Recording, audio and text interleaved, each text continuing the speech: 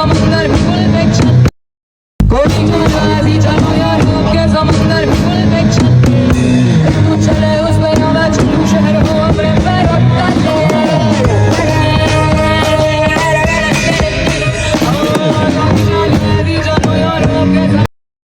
अस्सलाम वालेकुम प्यारे दोस्तों welcome back to your very own YouTube channel. तो कैसे हैं आप लोग? आई होप कि आप मेरी वीडियो का इंतज़ार कर रहे होंगे।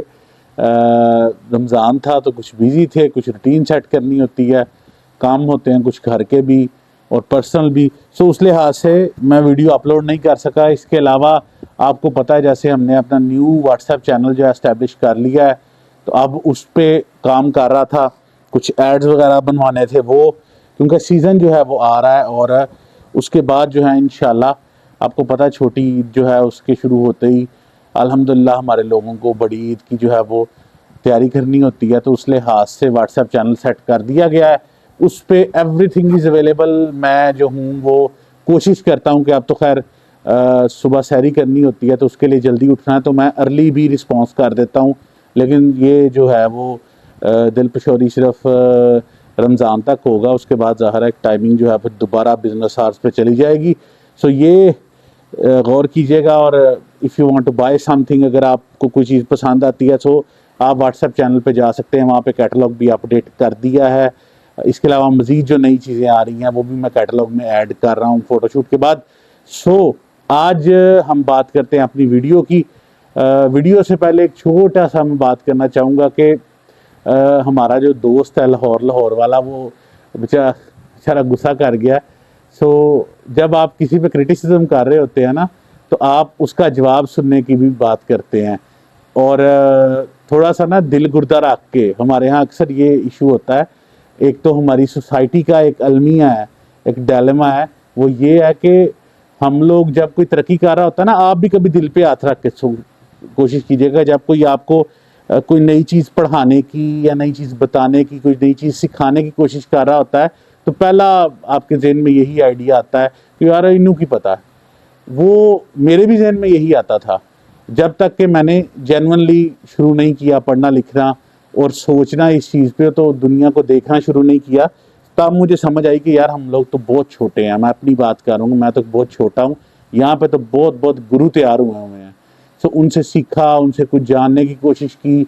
उसके बाद अब हमारे माशरे में का जो अलमिया मैं डिस्कस कर रहा था वो ये है कि हम लोग जो हैं वो जब कोई एक तो हमें सिखाने की कोशिश कर रहा होता है तो वो हम लोग उसे नेगेटिवली ट्रीट करते हैं। दूसरी बात, जब कोई आगे जा रहा हो तो हमें ये शक पड़ जाता है कि यार इसको ना किसी तरह नीचे गिराएं, सीढ़ी की जो है वो डंडे काट दें या उसकी टांगें ही बंदे की काट दें। तो ये चीज़ जो है ये आपको दिल पे हाथ रख के सोचिएगा, क्या ये करने के काबिल है चीज़, या किसी सेहतमंद माशरे में या अच्छे माशरे में ये होती है। क्रिटिसिज्म कभी मैंने ब्लॉक नहीं किया।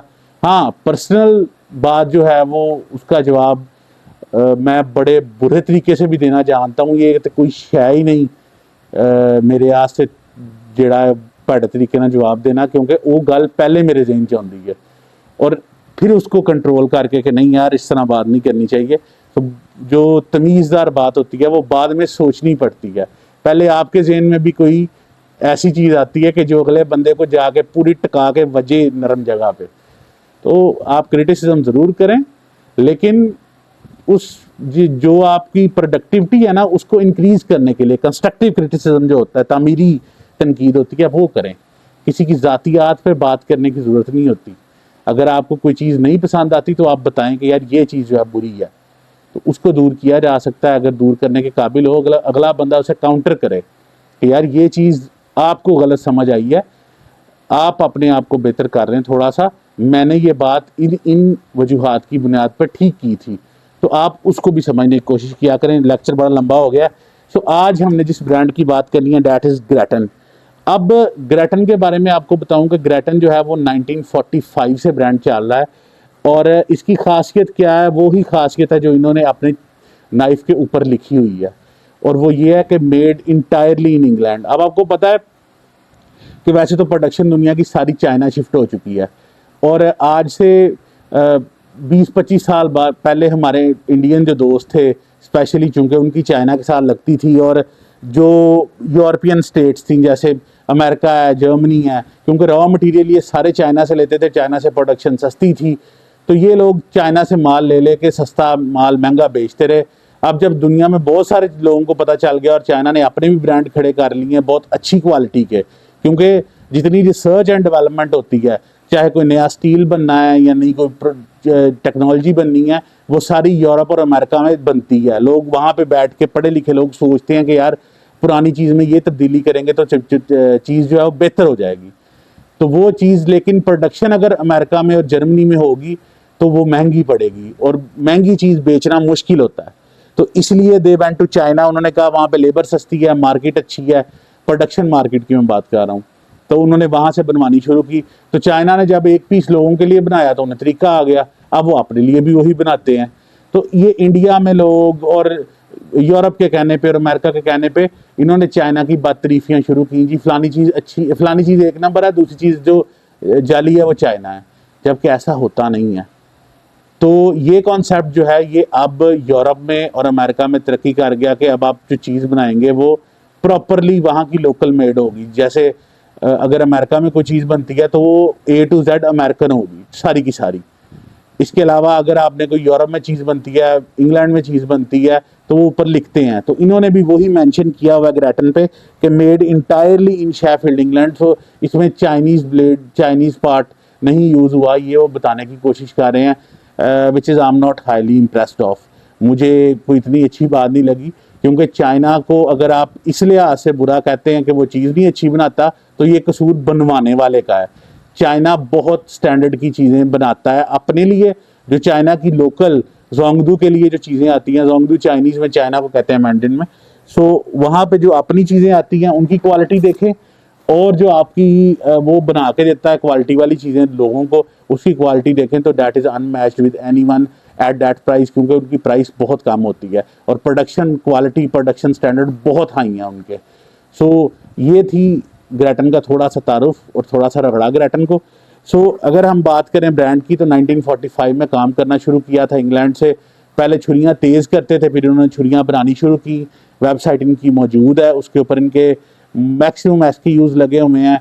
बुचरिंग नाइफ से लेके फिशिंग नाइफ से लेके हंटिंग नाइफ से लेके carving knife, bakery knife, cake knife, everything A to Z ये इंग्लैंड में ही बनाते हैं, और यही इनका तुरंत इम्तियाज़ है जो कि ये बड़े शौक से बयान करते हैं। तो अब बात करें सबसे पहले इस ब्रांड में यूज़ होने वाली मटेरियल की, तो ये मेरे पास दो मॉडल आप सामने देख रहे हैं। एक लार्जर बुचर मॉडल है जो कि आप तकबीर के लिए भी यूज़ कर सकते हैं, गोश्त बनाने के लिए भी इस्तेमाल कर सकते हैं, बड़े पीसेस को काटने के लिए भी इस्तेमाल कर सकते हैं। दूसरा उसके साथ पेयरिंग नाइफ है जो कि आप डी बोनिंग से लेके स्किनिंग से लेके एवरीथिंग के लिए it's a sort of a set जो आप यूज़ कर सकते हैं। आपको मिनिमम ये दो नाइफ चाहिए होते हैं। अब बात करते हैं इसकी यूज़ होने वाले मटेरियल की। तो मैं बाद में इन नाइफ की बात करूंगा, पहले इनके ओवरऑल मटेरियल की बात करें, क्योंकि ये ओवरऑल एक ही मटेरियल सब नाइफ पे यूज़ करते हैं, विच इज़ 440C मर्टेंस्टिक स्टील। अब 440C जो है ये, इसको बेसिकली हाई परफॉर्मेंस स्टील भी कहा जाता है, क्योंकि आपकी जो मोस्टली इंडस्ट्री है ना ज़्यादातर, उसमें 440C ही इस्तेमाल किया जाता है। और 440C की कंपोजिशन अगर मैं आपको बताऊं तो इसमें कार्बन जो होती है 1.2% होती है, which is very good amount of carbon. अगर आप इसके अंदर क्रोमियम की देखें क्वांटिटी तो वो 18% होती है। It's a very high steel, high chromium steel. और दूसरी बात अगर इसमें देखें तो मोलिब्डेनम होती है 0.75%, मैंगनीज होती है 1%, सिलिकॉन होती है 1% और फास्फोरस होती है 0.04%। इसके अलावा इसके अंदर सल्फर भी ऐड की जाती है 0.03%। तो जो इसे कार्बन होगी वो इसे हार्डनेस देगी। क्रोमियम चूँकि बहुत ज़्यादा है तो ये इसे क्रोजन रेजिस्टेंस देगी, आपके स्टील को कोई जंग नहीं लगेगा, चाहे आप इसे 10 साल भी पानी में डुबोई रखें, ये जंग नहीं पकड़ेगा। इसके अलावा अगर मोलिब्डेनम की बात करूँ, और मोलिब्डेनम जो है वो ग्रेन इंप्रूवमेंट करती है, मैंगनीज जो है इसे स्ट्रेंथ देती है, डक्टिलिटी इंप्रूव करती है इसकी। सिलिकॉन, फास्फोरस और सल्फर जो हैं वो इम्प्योरिटीज़ को दूर करते हैं, ग्रेन स्ट्रक्चर को इम्प्रूव करते हैं। तो ओवरऑल अगर मैं स्टील की बात करूँ, it's a very good steel. तो अब हम बात करते हैं अपने नाइफ्स की, कि ये जो इंग्लिश ब्रांड के नाइफ्स हैं इनकी आपके पास क्या आती है टोटल डायमेंशन इनकी क्या है। तो सबसे पहले हम छोटे नाइफ से शुरू करते हैं। इट्स अ ब्यूटीफुल नाइफ और स्टील बहुत अच्छा इस्तेमाल किया गया है, फिनिशिंग इसकी बहुत अच्छी है, शेप बहुत अच्छी है। और अगर मैं ग्रिप की बात करूं तो ये लार्जर ग्रिप में आता है और ग्रिप इसकी काफ़ी मुझे अच्छी लगी है, क्योंकि मैंने लोकल ब्रांड्स में एक दो ब्रांड्स की सेम ग्रिप देखी है जिन्होंने इसकी कॉपी की है, लेकिन इसका मटेरियल ग्रिप का कॉपी नहीं वो कर सके। वो मटेरियल आपको बहुत चीप फील होता है पकड़ते ही कि ये कोई सस्ता मटेरियल है, लेकिन ये बिल्कुल सस्ता आपको फील नहीं होता। ये डल कलर में है और इसके ऊपर पोर्स हैं, तो आपका हाथ भी स्लिप नहीं होता और ग्रिप भी बड़ी फर्म रहती है और आपको ब्लेड बहुत निम्बल लगता है। इस ग्रिप की वजह से आपको ऐसे लगता है कि जैसे आप सारा दिन ये ब्लेड चला सकते हैं, ये हवा ब्लेड है। इसके अलावा ग्रिप पे देखें तो एक ऊपर की तरफ आपको एक तो फिंगर ग्रिप है, यहाँ पे ऊपर आपको सॉर्ट ऑफ बोल्स्टर नज़र आ जाता है, नीचे आपको काउंटर वेट के लिए पामल नज़र आ जाता है। इसके अलावा यहाँ पे पिंकी फिंगर को फंसाने की ग्रिप है और हल्का सा बल्ज दिया गया है और ये ग्रिप मुझे बहुत अच्छी लगी है। एक जो इस ग्रिप का थोड़ा सा मैं पॉइंट बताऊं कि ये जो बोल्स्टर है इन्होंने थोड़ा सा बड़ा लगाया है। अगर इसे छोटा करते या इसे टेपर करते तो इसकी पिंच ग्रिप जो है काफ़ी बेहतर हो जाती, लेकिन इन्होंने चूँकि ये पेयरिंग नाइफ है तो इसमें पिंच ग्रिप की ऐसा ज़रूरत नहीं पड़ती।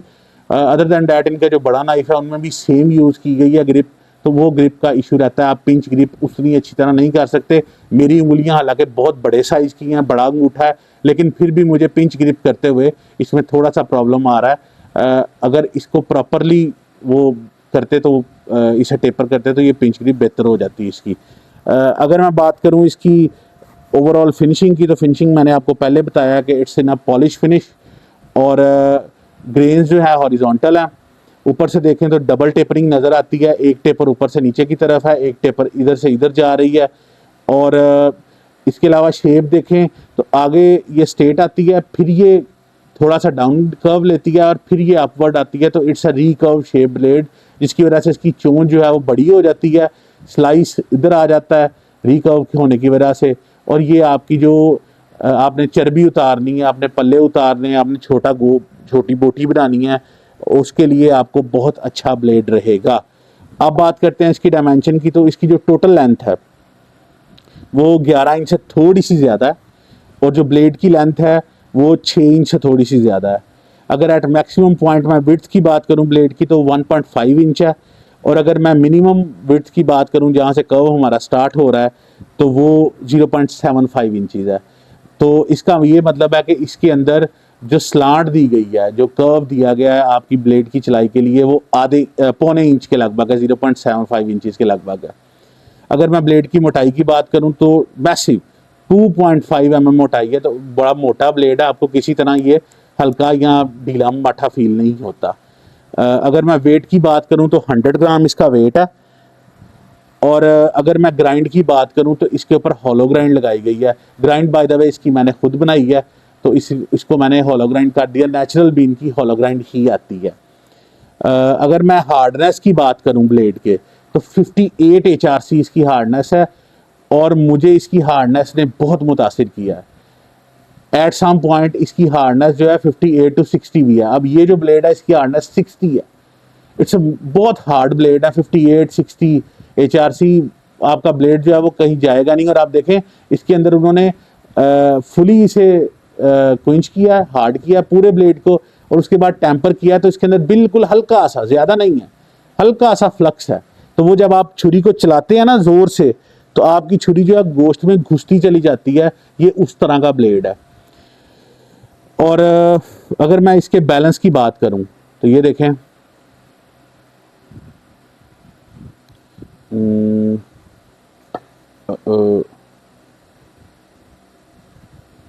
दिस, तो ये बोल्स्टर के नीचे की तरफ बैलेंस हो रहा है, विच मीन्स के ये नीचे वेट इसके थोड़ा सा ज़्यादा है और ब्लेड आपको बहुत लाइट वेट फील होगा, जो कि पेयरिंग नाइफ का असूल है कि आपका ब्लेड बहुत आपको लाइट वेट फील होना चाहिए। हमारे यहाँ अक्सर ज़्यादती ये होती है कि जो बनाने वाले हैं गोश्त वो बड़ा ब्लेड इस्तेमाल करते हैं बोनिंग के लिए और डी बोनिंग के लिए और गोश्त के हड्डी को छुड़ाने के लिए। तो उससे होता ही है कि सफाई जो है वो ज़्यादा नहीं आती। जबकि आपने गोरों को देखा है कि यहाँ इवन टर्किश भी जब वो गोश्त कर रहे होते हैं तो बिल्कुल सफ़ेद हड्डी वो निकाल के बाहर रखते हैं। तो उसकी वजह ये होती है कि आपका बैलेंस ब्लेड का बैक साइड पे होता है, ब्लेड बहुत लाइट वेट होता है और वो घुसता चला जाता है और आपको हड्डी तक बिल्कुल साफ गोश्त उतार के देता है, तो ये वो काम कर सकता है। और ये ओवरऑल इसका एक्सपीरियंस है मेरा और मैंने इसे प्रैक्टिकली यूज़ भी किया है। इसके अलावा मैं इसे जो है वो प्रोफेशनल बुचर के पास भी लेके गया था, टेरा मोंटेना और मोंटेरा के साथ इसका मैंने कंपैरिजन करवाया था and it got a winning stand in a flying colour. तो ये बहुत अच्छा इसका रिजल्ट निकला है। ये कहीं नहीं बैठा वहाँ पे, चिकन की हड्डियाँ तो बनाना इसके लिए कोई काम ही नहीं है, तो उसके लिए इसकी जो ओवरऑल परफॉर्मेंस है वो बहुत क्लास की परफॉर्मेंस आई है। अब बात करते हैं सेकंड ब्लेड की।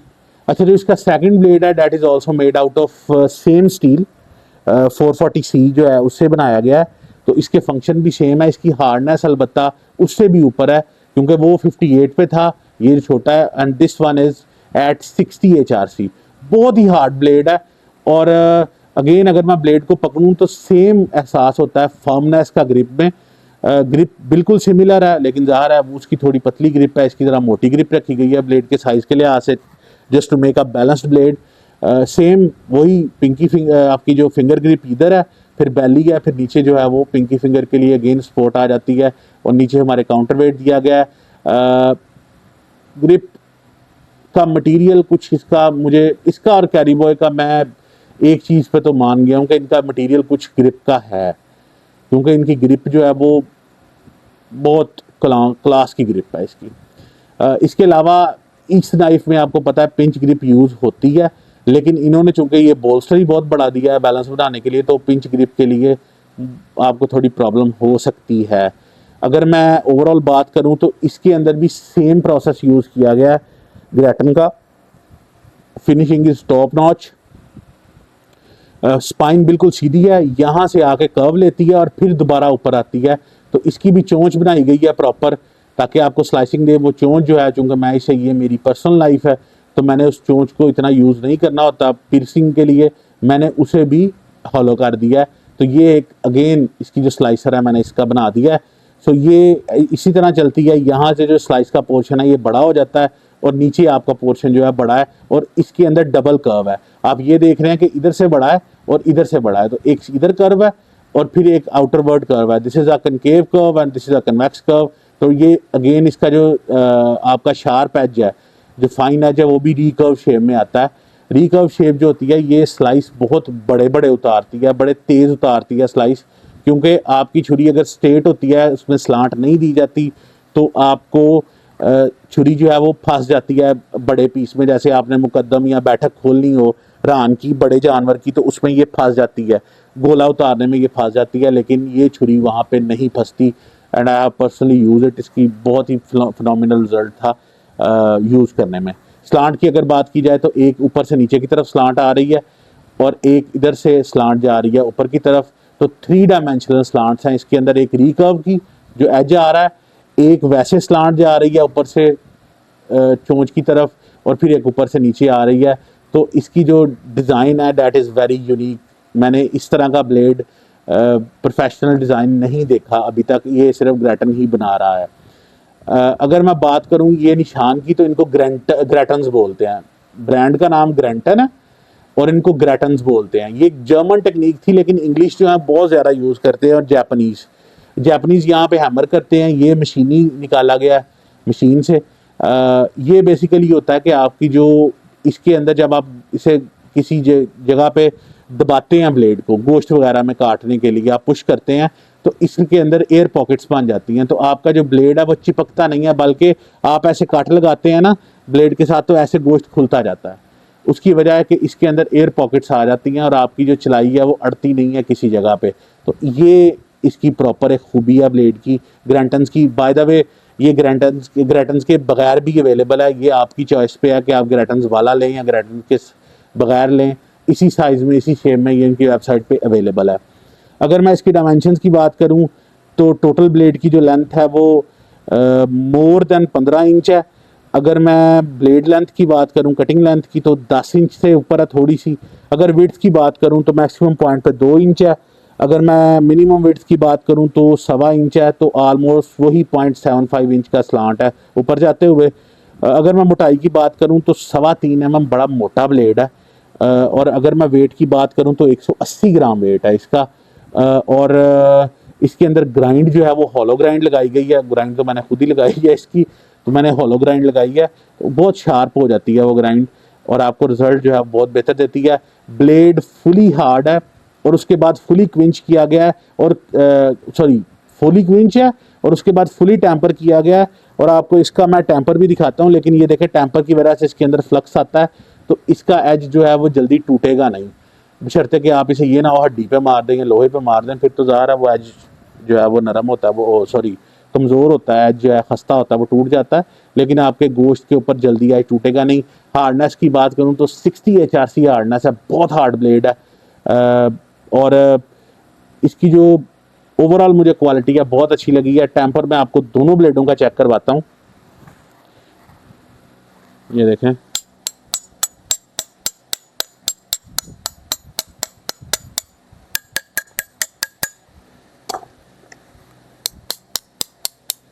ये वो बात जो कर रहा था। अब इसकी और इसकी आवाज में फर्क देखें, ये बड़े ब्लेड की आवाज है और ये छोटे ब्लेड की है। इसकी हार्डनेस थोड़ी सी कम है, उसकी हार्डनेस ज़्यादा है। तो ये था जी ओवरऑल रिव्यू। अच्छा, ये ब्लेड जो हैं ये सेल के लिए अवेलेबल हैं। मैंने ये छोटे ब्लेड जो हैं ये 5-6 पीस निकले थे, तो मैंने ये सेल किए हैं। ऑलमोस्ट 2 पीस बचे हुए हैं, तो ये वैसे मैंने व्हाट्सएप पे लगा दिए हुए हैं कैटलॉग में दोनों ही। This one is only 1 piece left, एक मेरा पर्सनल है ज़ाती, और सिर्फ 1 पीस ही बचा हुआ है इसका। तो इफ़ यू वांट ईद की तकबीर के लिए तो you can go for this knifes. तो ये था जी ओवरऑल ब्रांड का review. One of the finest brand I have ever seen. मज़ा आया इसे चला के भी, इसके साथ काम करके भी, और edge retention is also very good. So thank you very much video देखने के लिए। दुआ में याद रखिएगा। टिल नेक्स्ट वीडियो, अल्लाह हाफिज़।